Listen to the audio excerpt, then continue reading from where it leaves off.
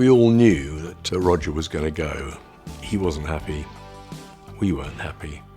I always knew we wanted to carry on. Nick seemed keen. I bumped into Rick in Greece on holiday that summer and talked to him about the possibility of carrying on. He was also very keen. Initially, we met up on the boat in '86. Bob Ezrin and I got in because he had done The Wall with us back in '79 and had worked on some solo albums with me. I learnt a lot from Bob, and he's a valuable person to have on board. We started working on pieces of music that I had been writing, and come about Christmas time, we had some good shape to it. We knew it was going well.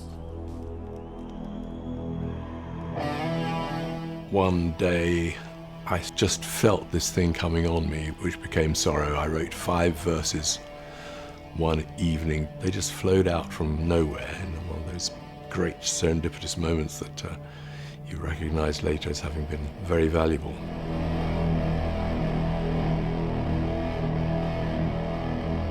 I wrote the words first, I wrote the music afterwards, and I went in and demoed it all on the boat.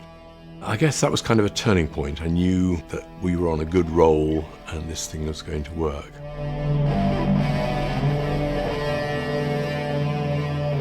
I felt confident, that the record companies would want us to do an album, would be happy to take a good album from us. Obviously it was different, Roger not being there, but in some ways we felt freed up.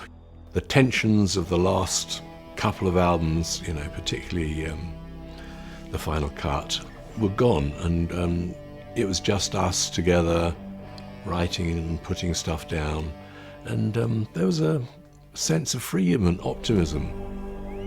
On the turning away.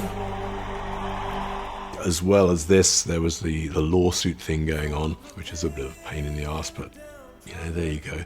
Eventually we moved to Los Angeles. We had a deal with Ezrin where he insisted that if he came to England for 3 or 4 months, or however long it was, maybe it was 6, that we'd all go and finish it off in Los Angeles. And brilliant studios in Los Angeles, and any number of great musicians that you can call up at the drop of a hat to come and take part. And of course all the legal offices in England were shut for the night by the time the day had started in Los Angeles. The freedom of being out of touch, out of contact a little bit with all that was going on back in England, that helped the flow of it all. It was fun.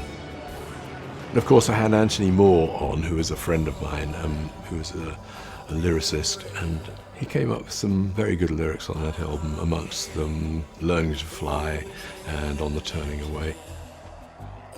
With that backbone to it all, several songs, we thought we were really on our way.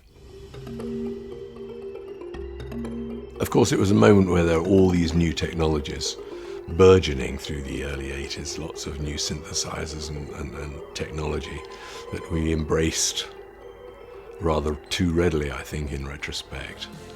To me, the one thing about the album that gave me pause for thought after we'd done it was that maybe it could be made a little bit more timeless, with more of the traditional instruments that we were more used to playing with, the Hammond organ, the pianos.